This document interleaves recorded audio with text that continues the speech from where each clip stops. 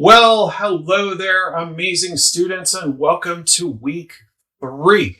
Wow, time flies when you're having fun, doesn't it?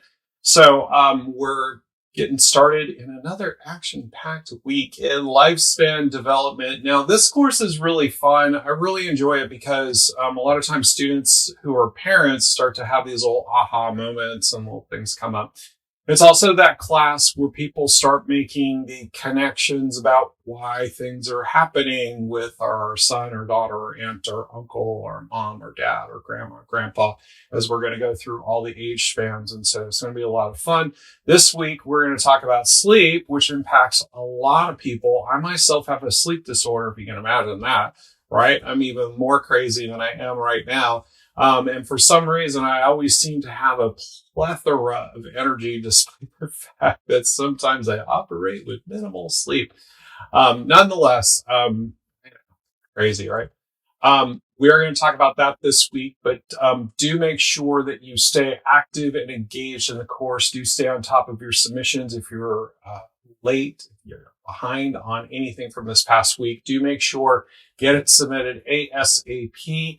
You can automatically get that 5-day extension on your submissions, but keep in mind it's 5% a day deduct in your points. It's done automatically, y'all. So when you submit late, the computer just automatically calculates from the time you submitted till the time, from the time it was due till the time it was submitted. And when I was like, grade your submission, it automatically pulls off with the late penalty. So please do keep that in mind.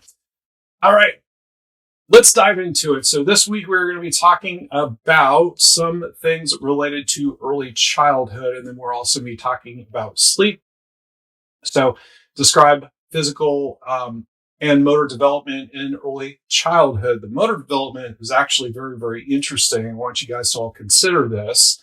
This is a interesting concept, a challenge that we have sometimes with early students, kids. The amount of motor skill development it takes to learn how to write is significant. It is a very difficult task to learn and develop as an early child. So anyway, the early motor development, as we talk about those in those early years, it's just kind of, it's fun to learn about that stuff. Analyze health, illness, sleep patterns, elimination disorders in relation to cognitive development, elimination orders being the fun one, right?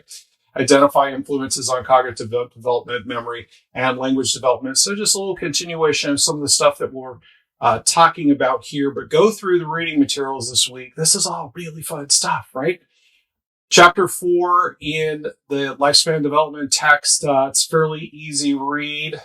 I read it actually 2 terms ago. So I read a lot.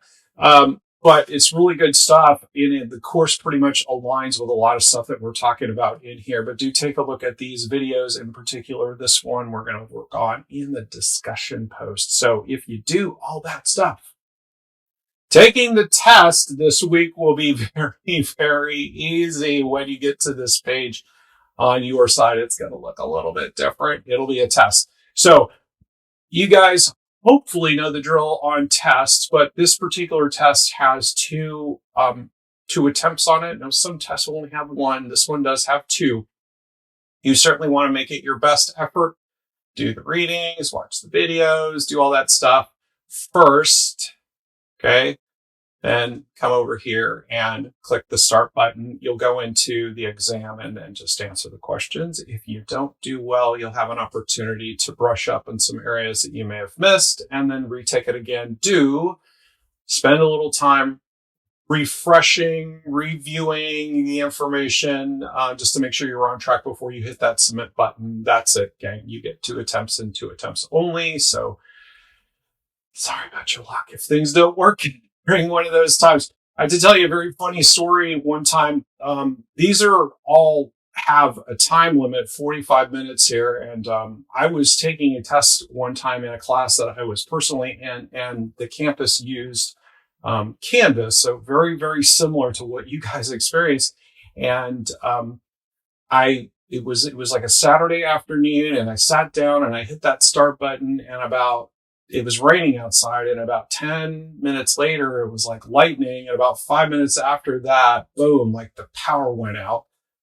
And I had been right in the middle of the test. So obviously I lost my internet connection and I had to just scoop up my laptop real quick. And fortunately, there was a mall not too far away. Then I just ran inside the mall, opened up my laptop. And what happens is, by the way, if you for some reason disappear in the middle of the test, the time will continue.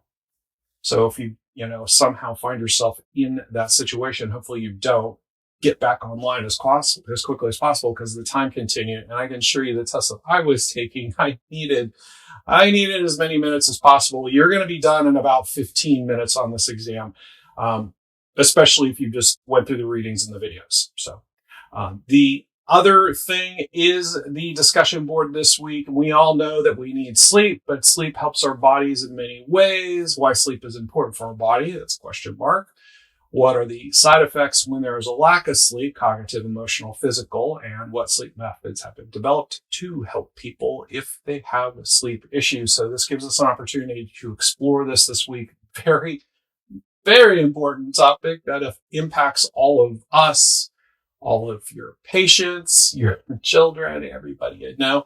So it is good to learn a little bit about sleep. So spend a little bit of time watching this video, poke around online, do tiny little bit of research and just pull in some information to answer these questions. You'll do just fine. If you have any questions at all this week, don't hesitate to reach out, and look forward to a lively discussion board discussion this week. Have a great week. Take care.